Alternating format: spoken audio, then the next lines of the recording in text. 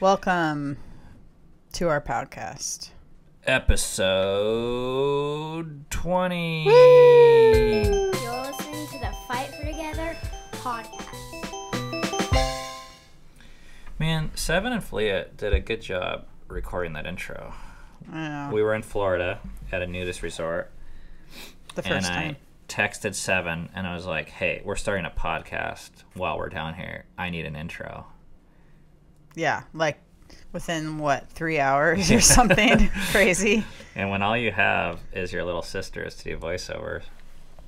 Which work really well because they're always cute, so. So. All right, well, we are back. Episode 20. I can't believe we've done 20 episodes. It really is pretty momentous for us, I think, because if you knew the mental obstacles that we have to overcome to start this, I don't know. I think people think, like I hear people say all the time, like, "Oh, you guys have a huge following and a big channel," and it just doesn't feel that way. Like every time we start something, it's like, oh, who's going to listen to us? Who's going to pay attention to this? Especially for a podcast. A podcast is intimidating because you can't hide behind fancy editing skills or music. It's just you. You. And if you don't have anything interesting to say, then you're going to be found out for the fraud that you are. So I'm very proud that we, first of all, got all of the equipment to start, or didn't use the equipment we didn't have as an excuse not to start. We just started it. And we for the last 20 weeks have released a podcast every single Monday at 6 a.m. without exception. Mm-hmm. Which is huge because, like, I can't speak to the quality of them, but they were done. We shipped the product. But we've done this before with the vlog. If you ever want a funny little experience, especially if you've been following us for a bit, go back and watch our first vlog. No, please do not. Save yourself. Well, I actually, it hurts me to watch it, but it's also kind of beautiful too, because you can see how far we've come, and you can see that we had humble beginnings, and we still kind of have humble beginnings. It's beauty only a mother can love. But that's how things start, which I think can be really inspirational for someone who that I definitely agree with. Not necessarily wants to start a podcast or a vlog, but really anything. Mm-hmm. I mean, I talked about this on the vlog a couple vlogs ago. I'm 38, and I started taking guitar lessons at 33, which in our culture is you're already too old. You know, that ship has sailed. You should have done that when you were 10. But I just decided I wasn't going to believe in that narrative, and that I loved music, and I wanted to know how to play an instrument. And I've come a long way. And so my thing on that vlog was, it's never too late to start something you're passionate about. Just do it. It's going to be hard, but just do it. And if possible, like what we've found is beneficial is to do it this week. You know what that is? Nice try. You're trying to don't trick me into going down this rabbit trail. I would love to talk about this for the next hour. Someday it will never come. That's what. I will not go down this route right now because you'll get me all excited. Whatever. We got stuff to talk about. This is still important, though. No, it's very important. I'm not saying it's not important. It's just I gotta light my cigar. We gotta choose. But I do remember when we started the podcast or the vlog, every episode was a victory. And when I saw 10 up there, it seemed like this huge number because I had this YouTube channel that had 0, and then it had 1, and then it had 2, and then it had 10, and then it had 20 videos up there, and I couldn't believe it. I remember when we did 100, it just seemed like a whole sea of videos. And now we're on podcast episode 20. And I don't think it has helped me very much to focus on like goals. Like we don't have an end date. We're not trying to get to 100 or 1,000. We just, every week we just record one. Yeah. I think we're just trying to be in tune with if we want to stop, we'll stop. Or I guess if no one's listening, we probably should stop. I don't know. Well, or if we have something better to do. Yeah. And that's, I mean, which, holy shit, we did with Game of Thrones for 8 weeks. We watched all 8 seasons and 7 seasons. The 8th season's coming out. That felt like that was something better to do, but now that that's gone, which I'm glad, we can finally get back to podcasting. But I think we're doing this instead of getting into another Netflix show. Yeah. And don't get me wrong, I'm all for good Netflix shows, which they don't make anymore, like TV shows. They stopped making good ones. A few. About 5 years ago, but there's a few. I'm just trying to be negative. I can tell. Which comes naturally for me when it comes to TV shows. But I'm all for good TV shows, but doing something productive, we kind of tell our kids, like, be the author, not just the reader, like, or the bystander. Like, live the story, don't just read it. And for us, doing this podcast, I think, is a way of being, I don't want to say just productive, because I don't think it's just about productive, but it's creative, and it's producing and giving, and I think it's better for me than just watching shows. Well, and it's an outlet that we feel passionate about right now. Okay, so I want to respond. We're in a unique place in this podcast history where the one that we recorded last week was released, and then we're recording this one, and it's like being released this week. So we're like actually like kind of on schedule instead of being all backlogged, which meant that people that responded to the last one in comments, we can actually respond to those comments now, and it's not going to be like weeks ago. So we got this one comment because what we talked about, if you remember, was sexual fantasies. Oh, yeah. Oh, yeah. Oh, yeah. And we got this comment from Rebecca. Would you like to read this? Yeah. So what is your opinion on righteous jealousy? Like in the sense that God is a jealous God. He is jealous for us to serve him alone and no other gods. Now, as a template of relationship, would you say there is no place for a righteous jealousy in marriage? I believe that there can be unhealthy jealousy in marriage that can stem from many things, usually past experiences. I am extremely interested in hearing where your thoughts are on this and open a conversation. I am not launching an attack, but rather engaging a hopeful, challenging conversation. So as I said, this is from Rebecca, and she says she's not launching an attack. And what you don't know about Rebecca is that when we were on the Appalachian Trail, she contacted our family and invited us to stay in a hotel that she was going to pay for. Paid for, yeah. And some sort of Chinese buffet situation. So Rebecca, if you want to launch an attack on us, you help yourself, because when you buy a buffet for me, I don't care. You've earned your right to launch an attack. Whatever attacks you want. Although I agree with you, I don't feel like this is an attack. I just want you to know. You know, oh, I have fond memories. You have a special place in our heart. That time. Yes, me too. Thanks again for that, by the way. So I think this is a great question. So this righteous jealousy concept, to answer this question, I think we have to step back a little bit into kind of our shifting viewpoints of the Bible over the last couple of years.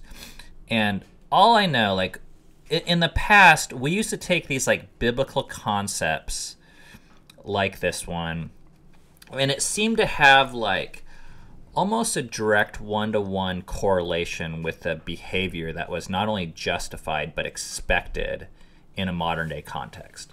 So I think where you're going with this is like, okay, God was jealous. Therefore, monogamy and a certain degree of like entitlement with my spouse to have all of their heart, and if their eyes or heart wander towards porn or masturbation or another partner, another or person, body. or another body, Right. then I'm somewhat entitled to feel frustrated or possibly anger or jealous or whatever. Mm-hmm. That's the way the old way of thought used to go for us for 2 or 3 years ago. Now, I just want to share what's changed since then. Is I still believe, I mean, these passages, I believe they're in the Old Testament where God speaks of this jealous type of love that he has for his people, Israel specifically. I think that that's a true story, and I think there's value there. Now, what I'm a lot more careful of is jumping the gun and how we apply that to our life. And even that being a full translated understanding of who God is. I mean, these are all like metaphors, I think. Not always, but a lot of the descriptions we have of God, whether it's being a male, whether it's being jealous, whether it's being, talking to people, I don't know which are 100% metaphorical, which are literal. Well, and it's contextual. So this was a really long time ago for a certain group of people. And in my understanding, human consciousness evolved. And I kind of believe that God was maybe trying to reach these people how they could be reached, which isn't using language that was that helpful they could for them understand. At that time. Yeah, and was helpful for them. So 2 errors I think we can make in our day and age. One is to say, that's the template for modern relationships. We need to follow that to a T. The other is to say, that's obsolete and old, doesn't matter, not important, bail on it. It's either all or nothing, black or white. And I think we're somewhere in between, where I think, that's an interesting to look into this character of who the God in the Bible claims to be. And I don't know, who he was saying he was to those people. And then I start asking the question, what does that mean for us today? And how do we interact with that? And what does that mean about our relationships? I don't know. That's much more of a complicated conversation to me. Yeah. But I guess I'll say just a few things specifically about jealousy. I know God of the Old Testament or the Hebrew Scriptures, he saw himself as it was monotheism, right? So, he was competing with, there was Canaanite gods or, Egyptian gods, or there's or Roman gods, where there's multiple gods. And they're all kind of used to being shared. And he was saying, no, this isn't that type of thing. So there really is only one God from that Hebrew Scripture perspective. But I don't think because of that means he was insecure. Yeah. Yeah. I think he could handle it. Yeah. It wasn't necessarily an emotional thing for him so much, where he felt inadequate because his people went and worshipped a bronze He wasn't checking cow. The Israelites' text messages behind their backs, trying to figure out. I'm a jealous guy. Trying to figure out if they were. And I say that to say I think a lot of the jealousy humans might feel, it's not from this. There's not a 1-to-1 equivalent. Now there might be some overlap, so I don't want to completely overrule it, but. For what we were talking about last week with sexual fantasies, the context was, do we own each other 100%? And Cammie and I believe, no, we don't. And therefore, that comes with allowing the other person to be human and to experience feelings and thoughts and whatever that come along with being human. And just because she has a thought or a feeling of another man or woman or whoever doesn't need to make me less of her husband or less of a man or less of a lover or less special. That's a truth that we've experienced. Yep. Anything you want to say? So I think, you say... in your question, you said that I believe that there can be unhealthy jealousy in marriage that can stem from many things, usually past experiences. I think a lot of times jealousy just stems from insecurity. Mm-hmm. Like a lot of and actually a front to insecurity is almost this type, like throwing Bible verses, and at least where we come from, throwing Bible verses in people's faces and saying like, you need to be faithful to me, but it's really because the Bible says, God says, but really I'm scared, right? And I'm depending on your perceived actions to me to feel like an adequate husband or wife, right, or partner, and just our experiences. If you don't feel adequate, you can blame the other person all you want, but humans cannot make other humans really feel adequate long term in a sustainable way by being quote unquote faithful. I mean, they can try, not. But I think that's like unhealthy. Yeah. Thank you for that question. That was a fun one. Yeah. So short answer is it's complicated. Okay. Now it is time for, what are we titling this? I'm supposed to find out if we are sexually compatible. You wanna explain this book? Okay. So this book is called Come As You Are. You gotta show the camera. Yeah, I already did, but okay, I'll do it again.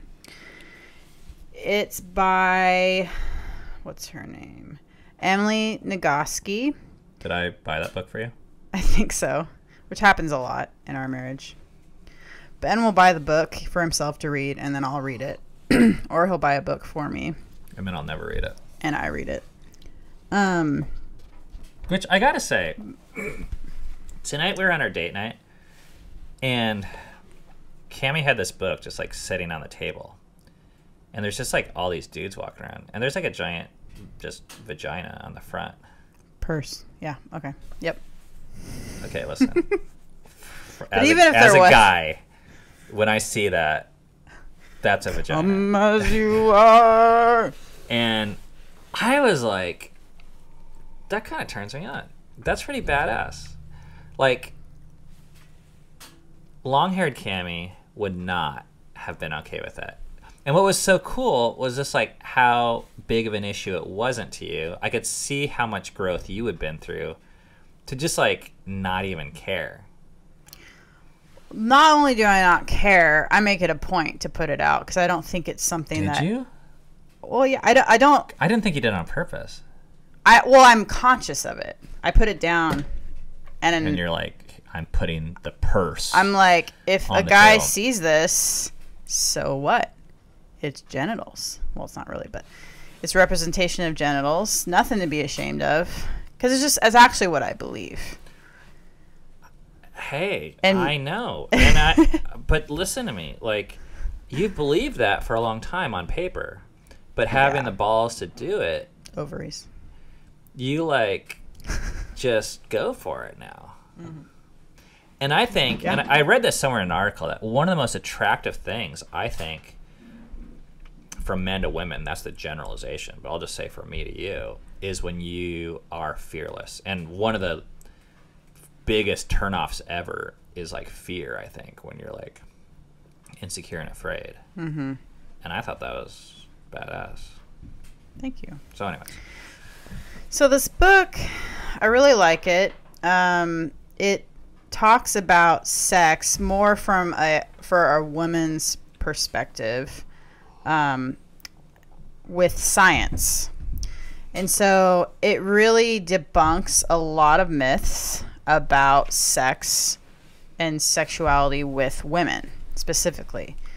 One of the things I'll say is in our culture, a lot of sex like beliefs are actually more driven by men, like men, the way men experience sex. And so if a woman doesn't experience sex in that way, she's just considered like a lighter version of sex instead of a whole nother version of like sex. So, or sexuality. So this book has been really, really good for me to, I think, I wish I had this book years ago, at least a couple years ago. But I don't think you could have handled it years ago. I could have probably handled it 2 years ago, maybe not past that. But I've been buying you sex books for years, like leaving casual hints, being like, hello, and then... But she really comes from a science perspective, which I actually have come to really appreciate science these past couple years. Which I think is so boring. Well... But I'm glad you like it. I just don't. I think it can be really helpful in certain contexts because it kind of like... For you. Yeah, okay, for me. But I think I have struggled with feeling broken in my sexuality. And she really speaks to that and helps show that one of her main lines is everyone has the same parts, men and women. They're just organized in a different way. So that's like literal parts and then just the whole chemistry thing too. So I think that's a wise thing to say, and I want to kind of live by that, even past sexuality. I don't understand the significance of that, but I will trust that that's valuable to you. Yeah, it's been cool. So tonight, I am going to have Ben take what's called a sexual temperament questionnaire. That I've already taken. So what does this tell us? It tells you, so this is kind of a bit confusing, but it basically tells you how sensitive your brakes are when it comes to sex and how sensitive your accelerator is when it comes to sex. Or another word for brakes could be inhibitor. So it's yeah. Anyway, so that's just the gist of it. So are we getting into this right now? Well, I mean, like, is there any more intro? Because, like, that sounds like fucking complicated. Yeah. Like, I mean, I get brakes and accelerator, but why is that important? Like, so you already took the test. Are our numbers supposed to match up, or is it just like a separate? It's supposed to help you understand yourself and why you are the way you are with certain contexts. And then if you're in a relationship, I think it can help you understand your partner. For sure. Okay. So it's like, so it can teach you or help you understand how to turn on the ons and turn off the offs is like another way to put it too. Oh yeah, because that other paragraph we were reading today, it said with you I need to turn on the ons and turn off the offs. Yeah, that's what I'm talking about. You could do that, okay. Or I could do it too for myself. Well, but I don't mind helping. Whatever. Yes. Let's read that chapter next. Okay, Okay, so I'm taking a test. Yeah. So let me just describe these a little bit more before we take this. But so the sexual inhibition system. So this is your sexual brakes. So inhibition doesn't mean shyness, but it's actually a neurological off signal. Okay, so it's the signals in your environment, everything you see, hear, smell, touch, taste, imagine, that turn you off. So do you have any predictions about how I'm going to score on this? I think you're going to have low brakes and a higher accelerator. That's right. That's what I think. So, and I don't even know if this is supposed to be for men, but I don't really see why it couldn't be. Oh, really? Well, I don't think it's that specific. I'm just telling you I'm not entirely sure. Okay, because I think men have the same things. It's just with the brakes thing, part of me feels like I have no brakes at all. Like once I start wanting to have sex, I just want to go until we're done. Well, that's not exactly how it works. It could be brakes that start before you want to have sex. Still, if that makes sense. Well, like there's sure. just no brakes. But yeah. But there's something in my brain from our history that tells me, like, I used to get my feelings hurt so easily when you would, like, when I'd feel rejected by you, mm-hmm. and then I would like turn off, like, yeah, like very quickly. But that hasn't happened in a long time, so I don't know if that's a sexual thing or if that was more an emotional or relational thing. Yeah. Because I just don't feel that anymore. I feel like I've matured past that. So, okay. So the sexual inhibition system has a bit of nuance to it, but I'm not going to get into that. Let's take the test. Well, I got to explain the sexual excitation system or the accelerator. That sounds fun. So this receives information about sexually relevant stimuli in the environment. Again, things you see, hear, smell, touch, taste, imagine. And it sends signals from the brain to the genitals to tell them turn on. So, okay. You aren't aware that it's there until you find yourself turned on pursuing sexual pleasure. And that's kind of interesting. Okay. Are you ready? I'm ready. Okay. Are you writing in the book your answer, or how are we doing that? Yeah, I can do that.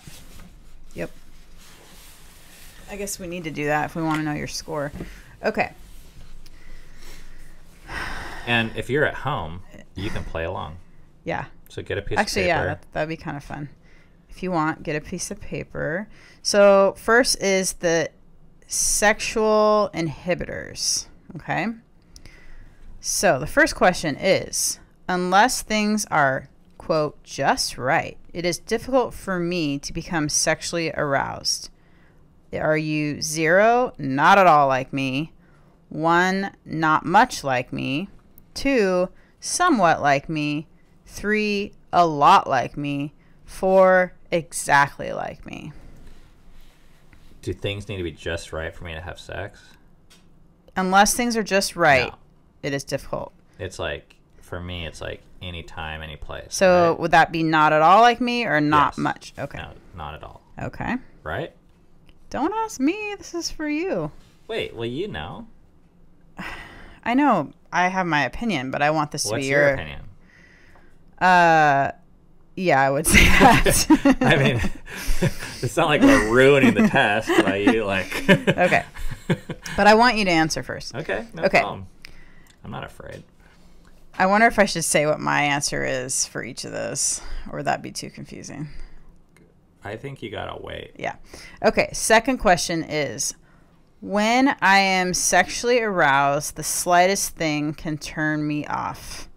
0, not at all like me, not much like me, somewhat like me. 0. Is 2. 0 or 1. Well, I gotta... They're all the same. Yeah, right? okay, so people can figure that out. 0 or 1. Okay. I mean, when was the last time I've been actually like turned off? I think if I have a bad attitude, according to you. So I feel like it's more like a 1 than a 0. But right. Is that fair? Sure. Okay. Okay. Next is, I have to trust a partner to become fully aroused. 0, not at all like me, not much like me, somewhat like me, a lot like me, exactly like me. Man, that's tough because... And it's fully aroused too, so it's... Wait, read the question again? I have to trust a partner to become fully aroused. Is that talking about like So porn or okay. like other people? I don't feel like we have a... I think it's supposed to be talking about other people because it's saying a partner, which I don't think porn could be really a partner. I would say not really at all, like 0 or 1. Trust, to me, doesn't have to do with arousal. I mean, trust is arousing and exciting in a whole nother way to me. But you're not dependent on it. Not physically, no. Okay, so 0 or 1? Man, this is tough between 0 and 1. Yeah. We did 1 last time. Let's do 0 this time. Okay. Let's make it fair. Okay, next. If I am worried about taking too long to become aroused or to orgasm, this can interfere with my arousal. Not at all like me, not much like me, somewhat like me, a lot like me. 0. Not at all like me. It doesn't... If I'm not having an orgasm, it makes me sometimes uncomfortable that you might be uncomfortable. But it doesn't inhibit my arousal. Oh, okay. I just feel bad for you sometimes. Okay. That's funny. I mean, a little. Okay. Not too bad. A little. It depends. Okay. Last one on this. Sometimes I feel so shy or self-conscious during sex that I cannot become fully aroused. 0. Oh, wow. Okay, so your score is a whopping 1. And we'll get into what that means. But let's go to... Can we just... Do you want to see your score for that, or what that means Might as well, first? before... Okay. I don't want to lose our audience. Okay, so Ben... this is really funny, has a low SIS, low inhibitor. This means you are not so sensitive to all the reasons not to be sexually aroused. You tend to not worry about your own sexual functioning, and body image issues don't interfere too much with your sexuality.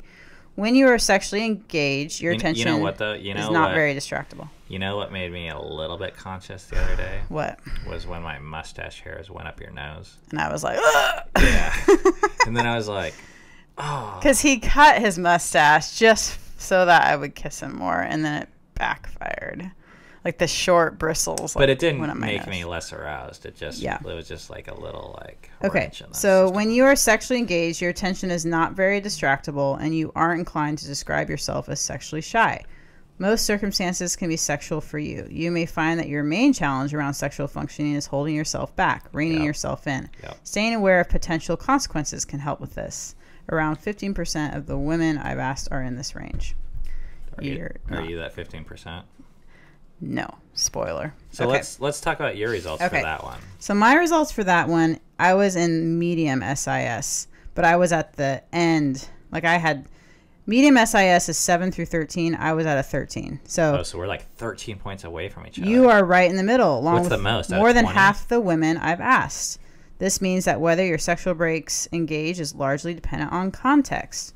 Risky or novel situations, such as a new partner, might increase your concerns about your own sexual functioning, shyness, or distractibility from sex. Contexts that easily arouse you are likely to be low risk and more familiar. And anytime your stress levels, including anxiety, overwhelm, and exhaustion, escalate, your breaks will reduce your interest in and response to sexual signals. So this is where Ben and I clash.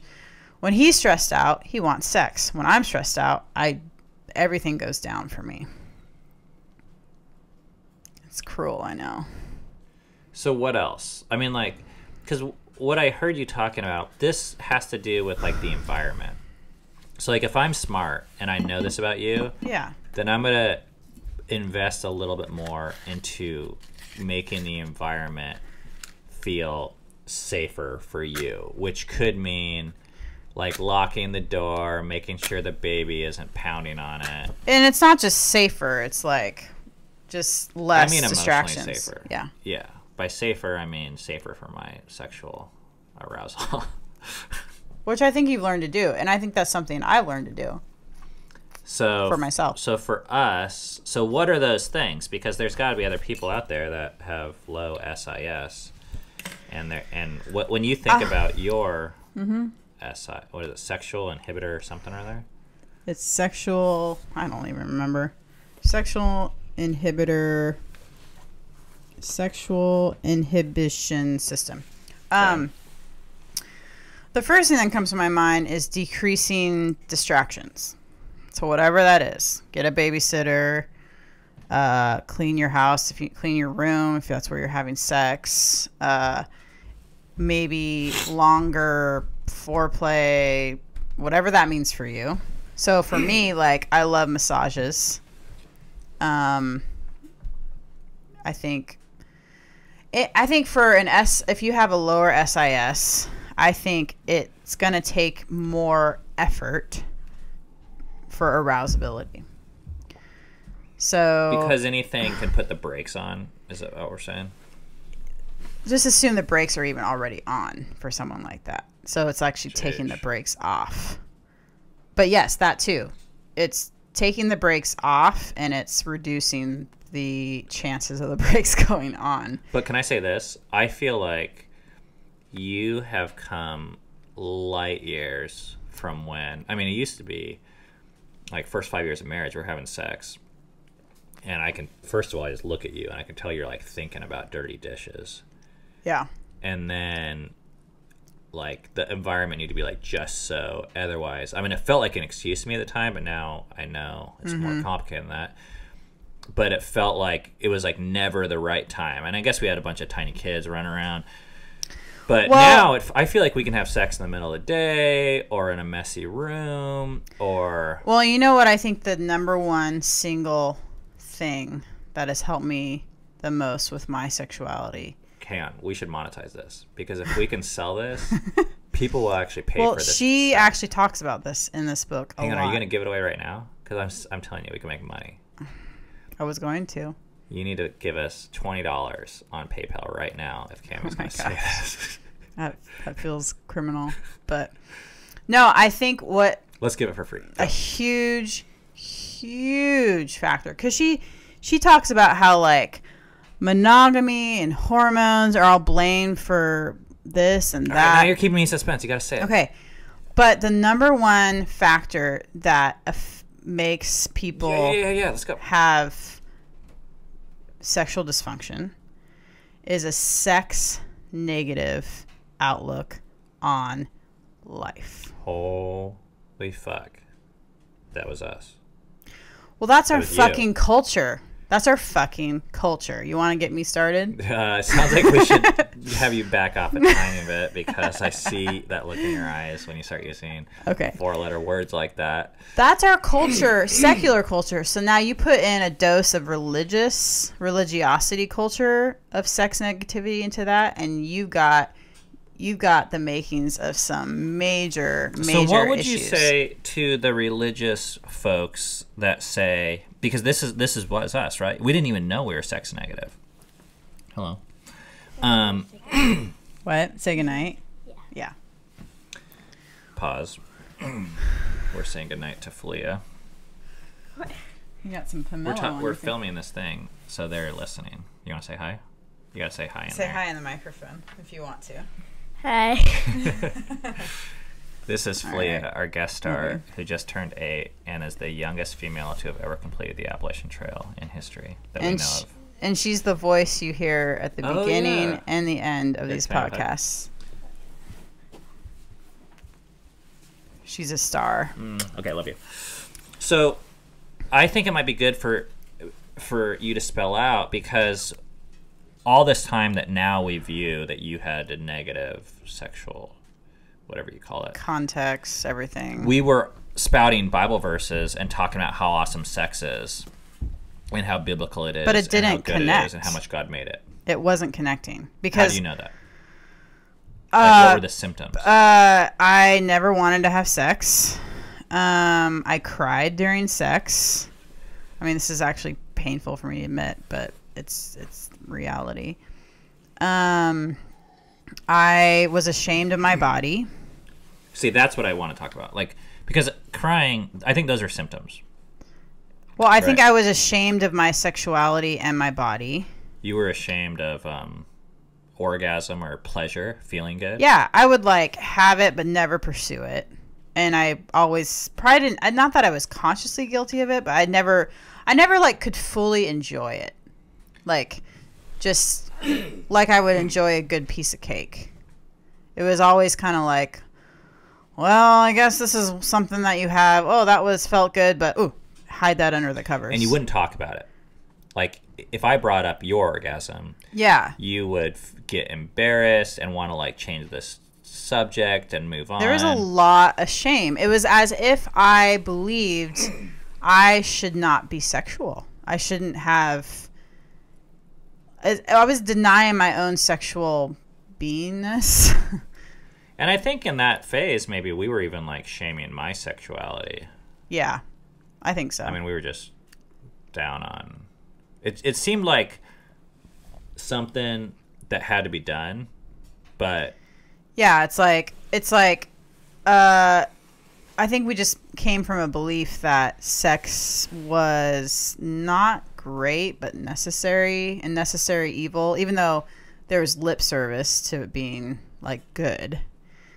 But in reality, it wasn't. The behaviors around that didn't show that we believed that. So that was a downer. Oh yeah, for a good decade. So what's cool of is our marriage. now I feel like we can be in a messier, because you used to say this line early on in our marriage. You'd be like, oh, if we had a hotel room, then I could have good sex with you. So then I'd pay all this money for a hotel room, and we'd still have somewhat shitty sex.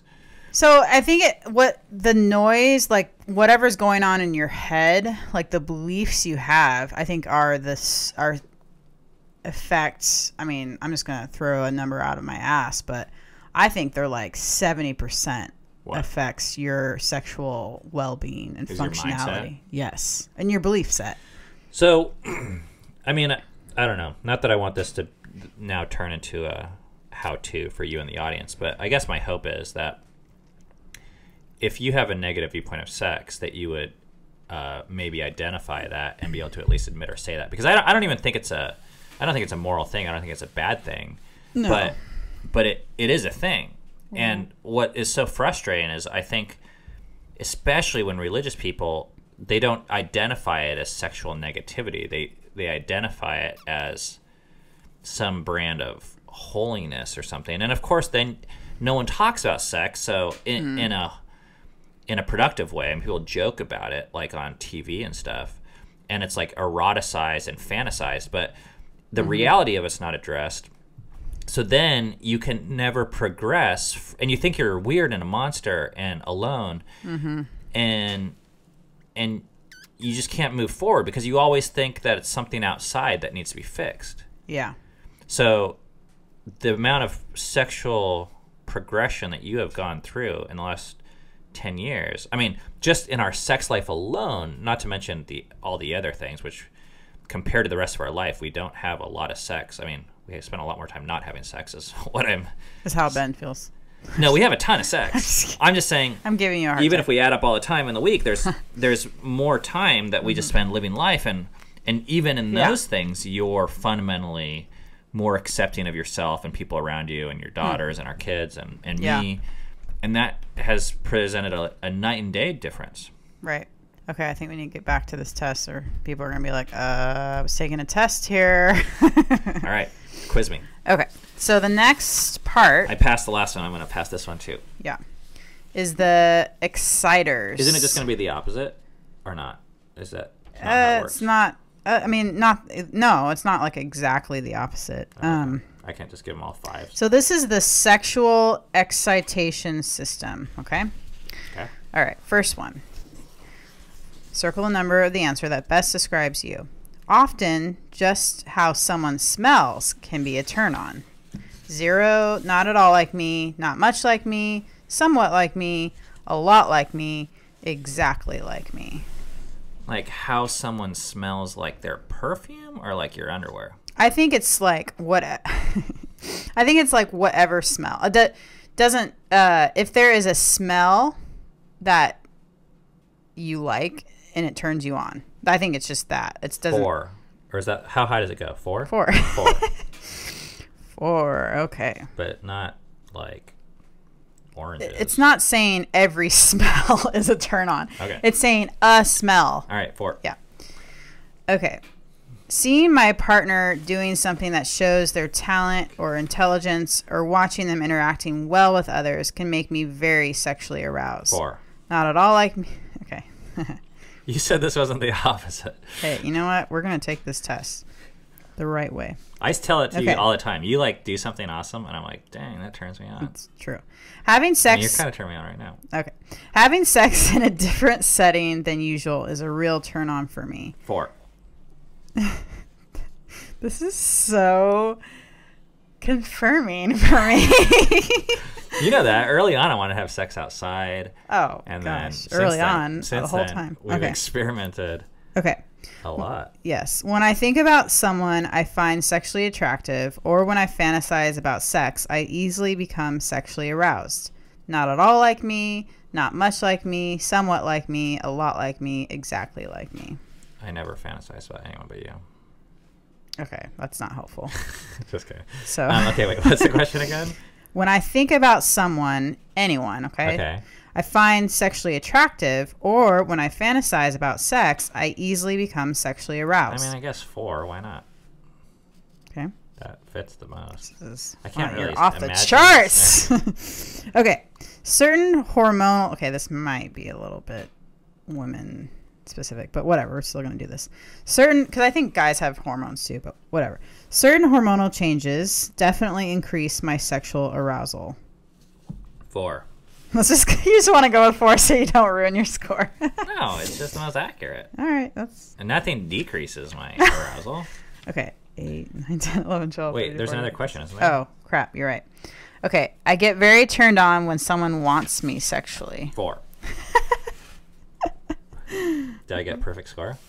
Yeah, A+. Okay, hold on. Little math here. 8, 9, 10, 11, 12. It's just the highest. You don't need to Oh, count you're it right. up. Okay. I didn't miss So, one. high SES. You're 24, which is the highest you can be. Okay. Yes, high five. You are pretty sensitive to sexually relevant stimuli. Yay. Maybe even to things most of us aren't generally very sensitive to, like smell and taste. A fairly wide range of contexts can be sexual for you, and novelty may be really exciting. You may like having sex as a way to de-stress. Yes. Higher SES is correlated with greater risk for sexual compulsivity, so you may want to pay attention to the ways you manage stress. Make sure you create lots of time and space for your partner. Because you are sensitive, you can derive intense satisfaction from your partner's pleasure, so you'll both benefit. About 16% of the women I asked fall into this group. Okay. So I got a 9. So that's, again, it's medium. A medium is 8 to 15, and I'm at 9. So barely. I'm barely in the middle. So I have a medium SES. You are right in the middle. So whether you are sensitive to sexual stimuli probably depends on the context. In situations of high romance or eroticism, you tune in readily to sexual stimuli. So this is where, if you fall into this, you need to pay attention where those situations come. And if you want more sex, then produce those situations. Yes. In situations of low... what are those situations for you? High romance. Well, let me finish reading this. In situations of low romance or eroticism, it may be pretty challenging to move your attention to sexual things.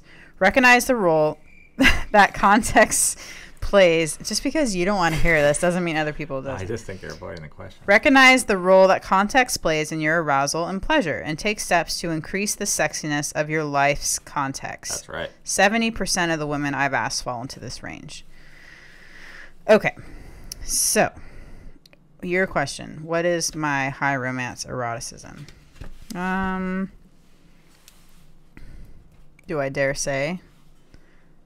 I like some porn. Because I think for me, I don't see porn as evil in of itself, or even damaging in of itself. I don't know why I feel like I have to have all these disclaimers, because if I had a bomb dropping thing, there would be that here. So for me, with a lower to medium accelerator, it takes some... It's like a jump start. It takes like when you have to jump start your car. It's like, vroom, vroom, vroom. Okay, let's plug things in here. I don't know. That analogy only goes so far. But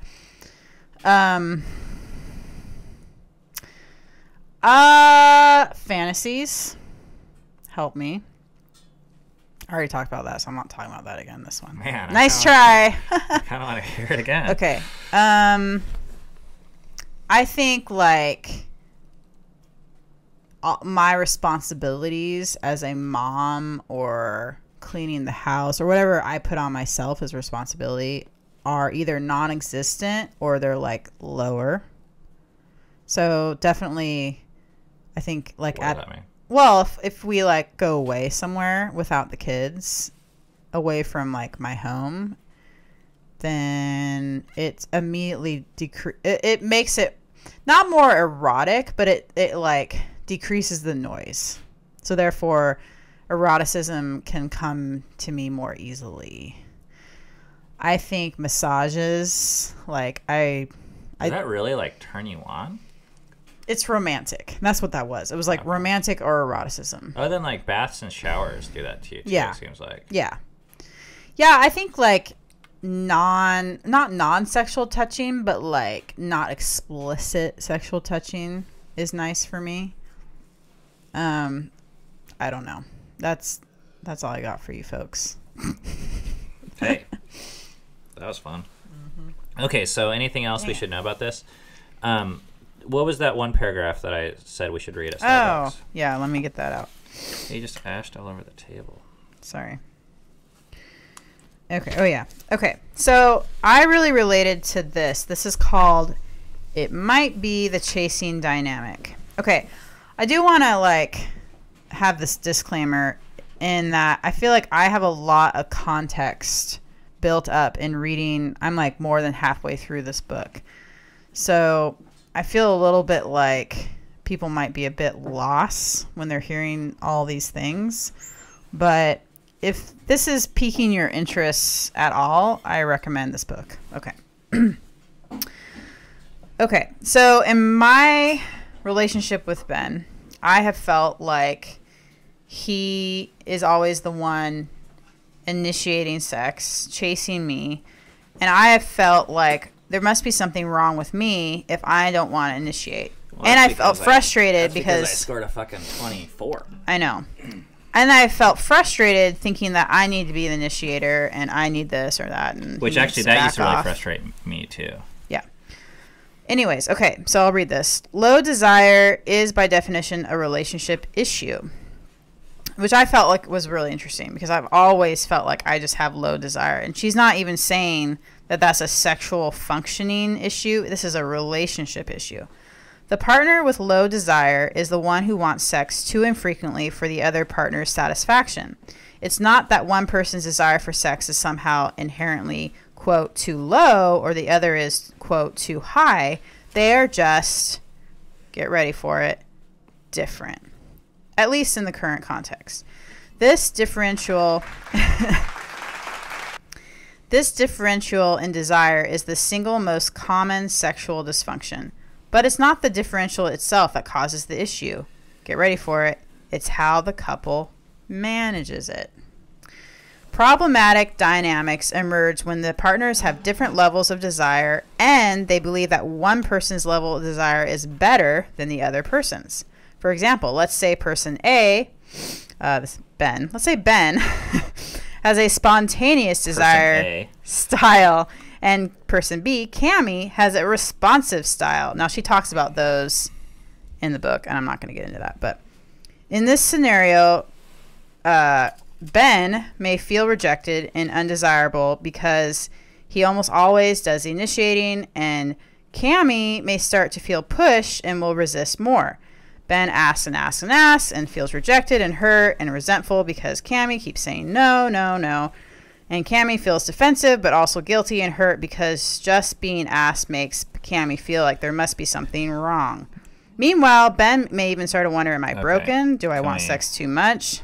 Okay. Can we comment on that? The problem isn't the desire itself, it's the context. You need more sexually relevant stimuli activating the accelerator and fewer things hitting the brake. So this right there, that to me, that's the money shot. Like, we spent a lot of our marriage blaming me where I felt like, oh, I want sex too much because you didn't want it as much. Right. Blaming you, damn, that's for sure. Yeah. I felt so hurt in our early years because I felt like I wasn't measuring up or somehow I had been tricked in marriage because you were all over me before we got married. Mm-hmm. And now all of a sudden you don't really seem to care about sex. And it was so painful for me that I think we had to come up with a reason. And the reason we came up with is we said your sex drive is too low. Which I had a double whammy because not only was I had a sexually negative outlook on myself, but I also have this responsive thing and you have the spontaneous thing going on. So I guess that's a little complicated because there was unhealth. Maybe with both of us here. You're using all my fancy matches. Here. So there was unhealth. So I guess there's that. I mean, I think both of us had unhealth that we've really busted our asses through therapy and book reading and conversations and 12-step groups forever and that has been a saving grace for sure. Yeah. But also having this tool of just saying the problem is the problem, not the person is the problem, I think it it's a shameless solution. Yeah. Because if I say you're the problem, we might still get help, but it's going to come at your cost of you feeling shitty and crappy and broken. When really, maybe you're just one to blame. Maybe you're just different. Yeah. And it's still a problem. Like, it's still a obstacle maybe that I think is worth a married couple looking at and saying, how do we face this together? But it's so different. And not just a married couple, by the way. That's true. That's true. Sorry. Anyone. Single couples. Because someone left a comment on the last podcast, too, saying that we are focusing too much, or our conversation is geared towards couples. And it really kind of hit me because I was like, oh, yeah. I guess I only ever thought about couples listening to us. I didn't think singles would find us interesting at all. So I think it's great. So if you're single out there listening to us, shout out to you. Here's the single people out there. Woo! Oh, wrong. Oh, my gosh. Sorry. That was not on purpose. Dang it. I just ostracized our singles further. Come back. Please. So to just agree that, I mean, it's just like the Appalachian Trail in a way. Like, you and I looked at that together and we're like, that thing is a son of a bitch. Let's take it on together. Versus I'm like, you're out to get me. Then I'm like trying to solve it and I'm afraid of you simultaneously, and that does not work out very well. No. And by the way, this book is more geared towards women, but I feel like men could definitely benefit. Like, I kind of want you to read it, but I do not see that happening. Or maybe not read it. At the end of each chapter, she has a summary, so you could just read the summaries, or you don't have to. But I don't, and it's not just geared to couples, and definitely not just geared to married people. So if you are single or you're not married but you're in a relationship, totally applies to everyone. Okay. I like that. I think we did a good job there. I'm happy with that. Yay us. But now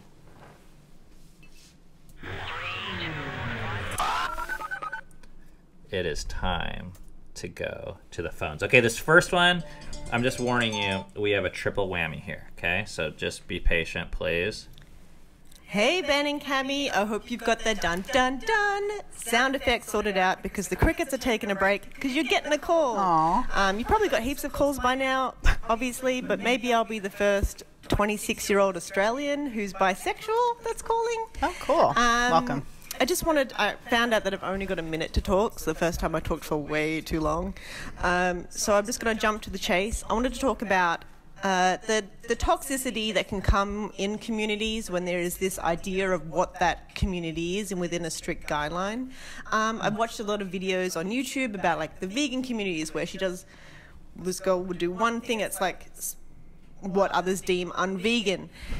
And then she's out of the community, she's gone. Or I'm a big part of the gaming community, and in the gaming community, oh my god, there's only 8 seconds left. This is why we're not calling. We need to figure a way to do this because I want to talk forever. I love her accent, by the way. Hey, Ben and Cammy, it's that 26-year-old bisexual Australian again. My name's actually Jamie, by the way. That's probably a much quicker way to say it. Yeah, I was just talking about how in gaming communities there is also this idea that, if you're not playing on a PC with your giant chair and hardcore games, then you're not a real gamer. Like, if you're not on your phone, you're not a real gamer. If you're someone who also enjoys being outside, you're not a real gamer. And I've tried to break this stereotype a bit, but it's like, if you're not... It's very hard talking on the phone. It's something that's very anxiety-inducing, I tell you, but I'm glad we're actually having this conversation and I want to have this conversation. And once again, 10 seconds left. This is just never going to work for me. But I want to say, you guys are great. This is the third and final installment. Hello, it's Jamie again. Clearly I panic in the last 15 seconds no matter what happens. I just want to say that there's a podcast called Beautiful Anonymous, which I don't know if you guys have ever heard of, but I think you'd get a really good kick out of it. It's where you can listen to someone, a stranger calls them up and they can just talk for an hour. I wish I had an hour to talk to you. Oh, wow. Because you guys honestly give a lot of great insight, and your honesty has really brought something special to your channel. I came for the hiking, but I stayed for your wonderful family and your honesty. And I think if we all be more of our genuine selves, it inspires others every day to be more of their genuine selves. And I think that is honestly the best thing anyone can do in this world, is be their honest, genuine self. Amen. So yeah, hope you guys have a great day. Bye. I love that she kept calling, just because I think I would get anxious if I were calling. And we have a way to solve that now. Too. Actually, not for Australian. What did she say she is? Bisexual females? Mostly because of the Australian. Because I sent her a phone number, but that's long distance for her, so that doesn't even work. But, so, okay, well, let's talk about this gaming community and strict guidelines for various communities. I think we are very familiar with that. It's fascinating. I feel like we need to tell the story about this girl that we met at the nudist resort. Oh, the Wiccan. Yeah. Oh, that was because fun. that was fascinating for me. Go for it. So we met this lady at the nudist resort, and she wasn't wearing any clothes. She wasn't wearing. Shocker, I know. We just started talking to her a little bit about our story, how we were kind of kicked out from our community. I don't even think we did. Did we not even talk about that? No, That makes it we even didn't. more fascinating. Okay. Yeah.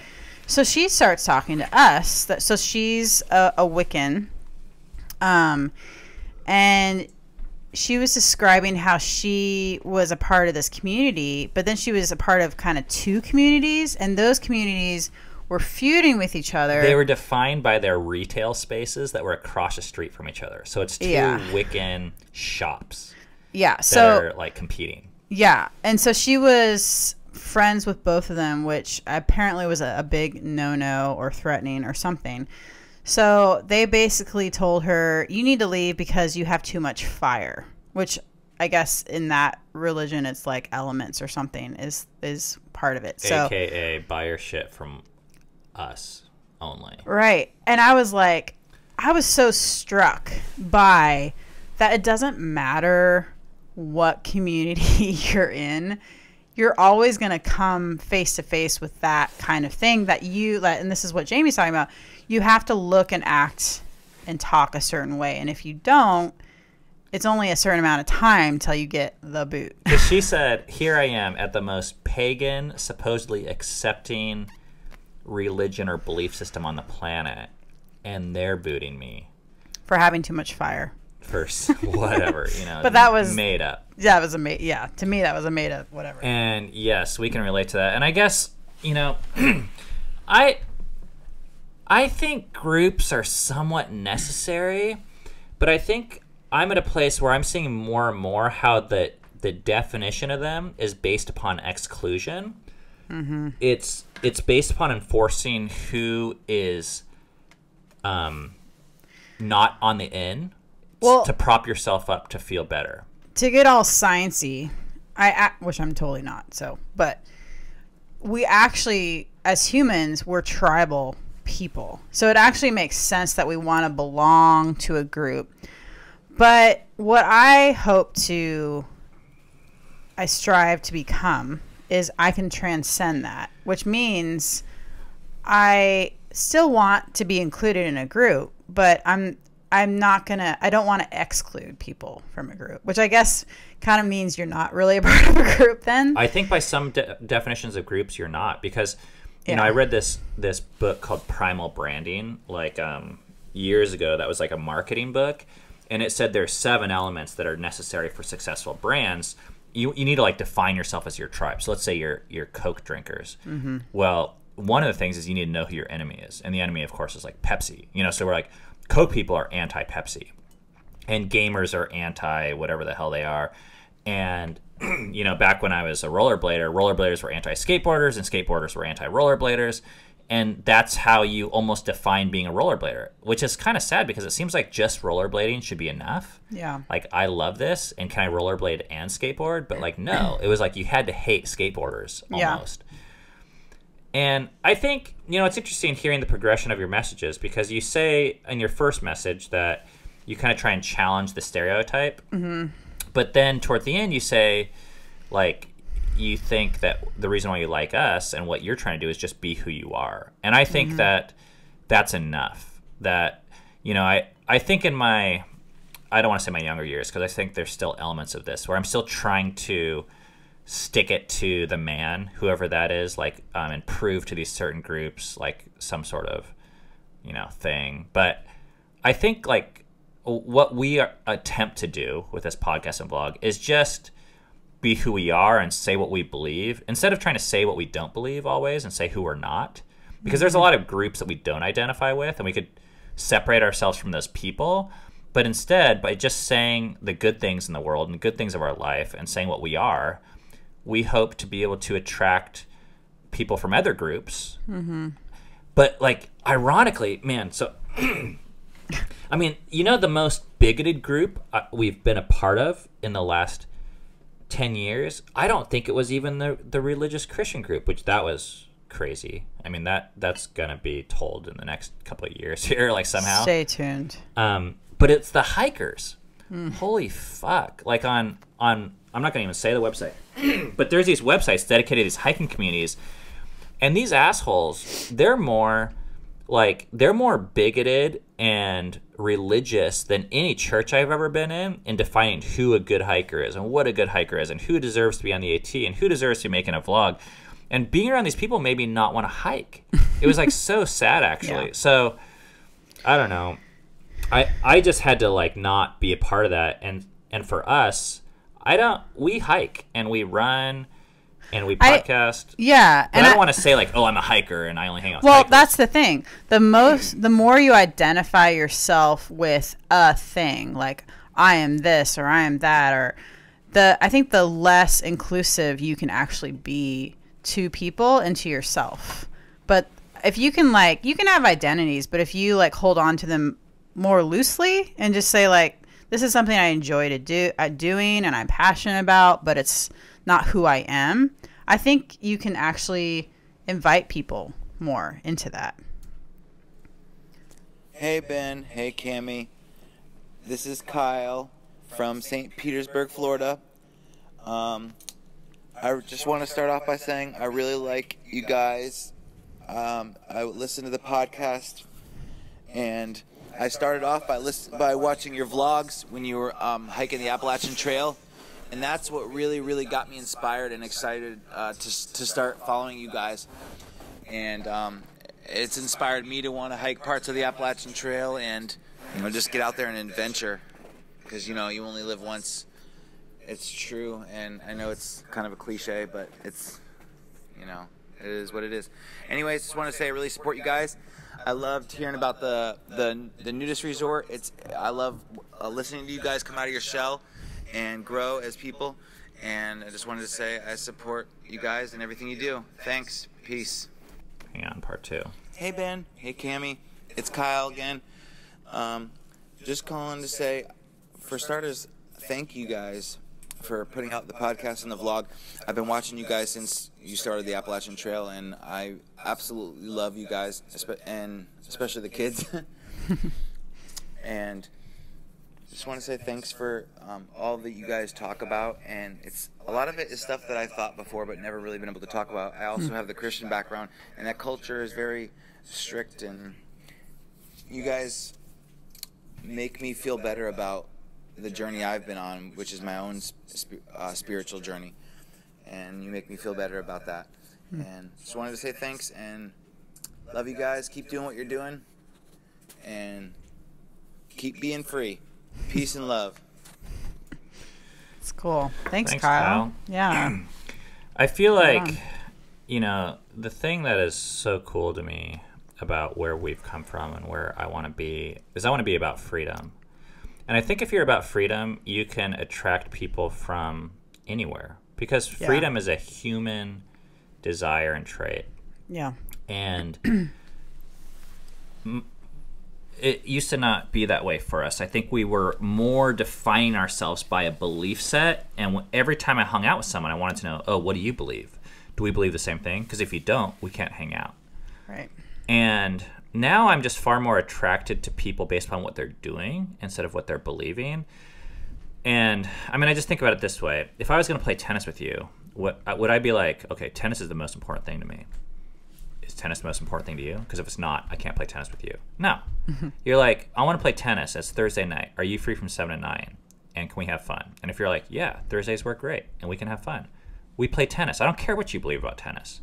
And right now, what we're doing is we're raising kids, we're walking, we're writing a book, we smoke cigars.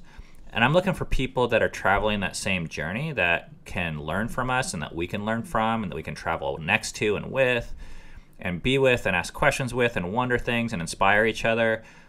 And that's enough for me right now. Like, people are going to self-select themselves out. I don't need to throw more boundaries in the way to say like, oh, wait, oh, you don't believe that? Oh, you're a bisexual from Australia? That's so many time zones away. I don't hang with Australian gamers. You know, like, Yeah. I just don't need to.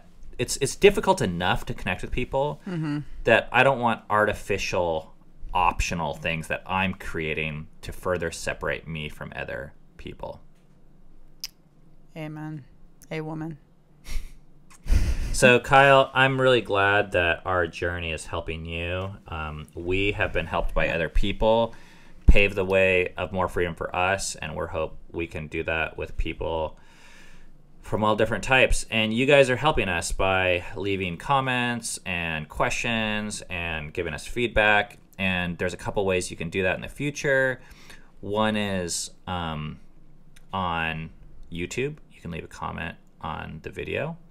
You can record a voice message on the Anchor app, or our new and improved way, you can leave a voice message on a phone number, and that phone number is 206-651-5744. And we'll put that phone number in the show notes and a link to this book in the show notes. And we don't make any money from any of those links or any of that stuff. The only way we make money in regards to this is if people optionally want to support us on PayPal or Venmo. You can do that, and we really appreciate that, but we don't expect that at all.